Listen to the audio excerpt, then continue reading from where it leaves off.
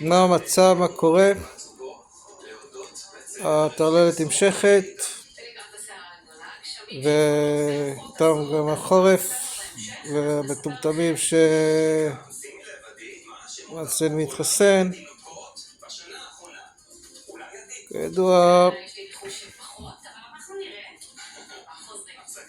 ידוע מה צריך לעשות במצב כזה, לא להתחסן, לא להתייחס לכל המטומטמים האלה, פרופסורים וכל החולי נפש האלה. זה שיש להם תעודה ולמדו להם באוניברסיטה, זה לא עושה אותם אנשים חכמים. גם מבחינת IQ הם מסוגלים או משהו, האידיוטים האלה, אנשים שקנו את התואר שלהם ב5,000 שקל, לא צריך להאמין. וגם באמת פרופסורים אנשים לא נורמליים, הם רוצים רק ברעת הציבור, אנשים, ולא לטובת אנשים. כל העניין הוא זה פארמה זה כסף, כל העניין הוא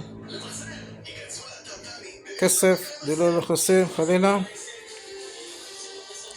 וצריך להבין שהדברים האלו, כל החיסונים נועדו להזיק לאנשים, חלילה להרוג אותם, ולא להקים את הילדים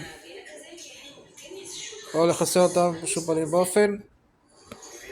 מקרי המוות ששומעים על הילדים כתוצאה מהחיסונים, וכן, שמענו כבר על ילדים מחוסנים שמתו צערנו מהחיסונים ולא מהשפעת ולא מהנגיפים. כמובן שיש אג'נדה דילול לחוסין, אג'נדה 2030, אג'נדה עולמית,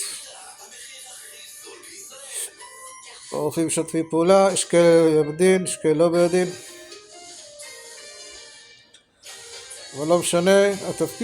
התפקיד של האזרחים זה לא להתחסן, לא לזרום עם החדר. יש הרבה אנשים שתראו ברוך השם, טוב מאוד, מאוד מאוד טוב, מאוד מאוד עוזר. אז בעזרת השם שיהיה יום טוב, בריאות, יום טוב.